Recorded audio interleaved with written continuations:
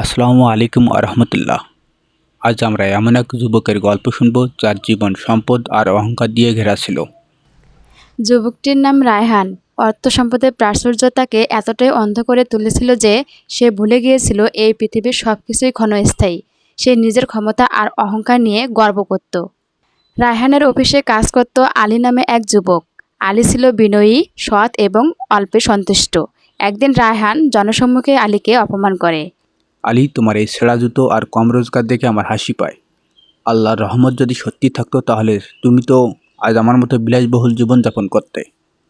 ভাই, সম্পদ ক্ষণস্থায়ী, কিন্তু আল্লাহর রহমত ও অন্তরের শান্তিই আসল।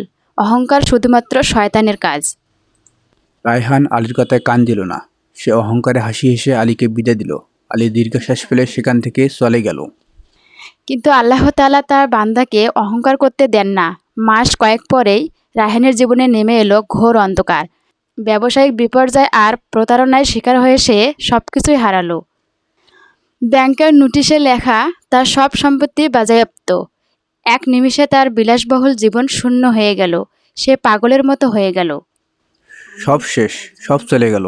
আমার এত ক্ষমতা, আজ একটা বন্ধুও নেই। এরা সব টাকার বন্ধু ছিল। রায়হানের অহংকারী বন্ধুরা সবাই তাকে এড়িয়ে গেল। যাদের নিয়ে সে গর্ব করত তারা কেউ তার বিপদে এগিয়ে এলো না। রায়হান আজ ক্ষুধার্ত। ক্ষুধার জ্বালায় সে পথের ধারে বসে পড়ল।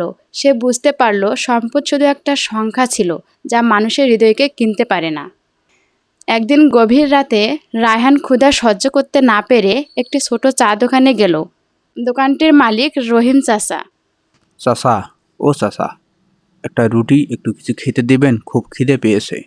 দোকানের অন্যান্য গ্রাহকরা তাকে ভিখারি ভেবে এড়িয়ে গেল। কেউ কেউ তাড়িয়ে দিতে বলল। ঠিক সেই মুহূর্তে দোকানের এক কোণায় বসে চা খাচ্ছিল আলী।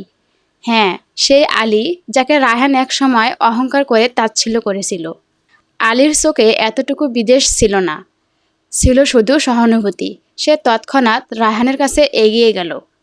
রায়হান ভাই, আপনি চিন্তা করবেন না, বসুন, আমি আছি।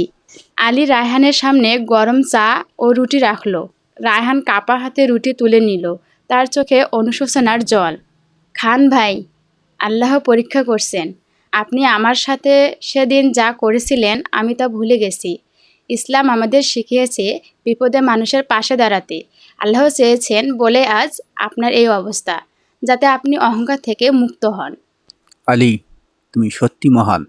আমি তোমাকে কত অপমান করেছি, আর আজ তুমি আমার পাশে দাঁড়ালে। আমার অহংকারেই আমাকে ডুবিয়েছে। আলী তাকে সাহস জোগালো, বলল, তওবা করুন ভাই, আল্লাহ ক্ষমাশীল। মনে রাখবেন, সম্পদ নয়, ঈমান এবং মানুষের প্রতি ভালো ব্যবহারই আসল উপার্জন। শুধু সান্ত্বনা নয়, আলী তার সীমিত সামর্থ্যের মধ্যেও রায়হানের জন্য একটি ছোট হালাল কাজের ব্যবস্থা করে দিল। কয়েক মাস পর রায়হান এখন বিনয়ী ও পরিশ্রমী। সে নতুন কাজে নিজেকে নিয়োজিত করেছে।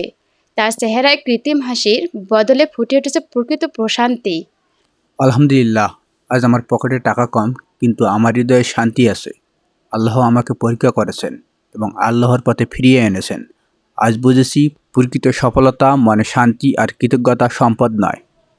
আসুন আমরা যেন অহংকারমুক্ত হয়ে অল্প তুষ্টে থাকি এবং সর্বদা আল্লাহ সুবহানাহু ওয়া তাআলার উপর ভরসা রাখি।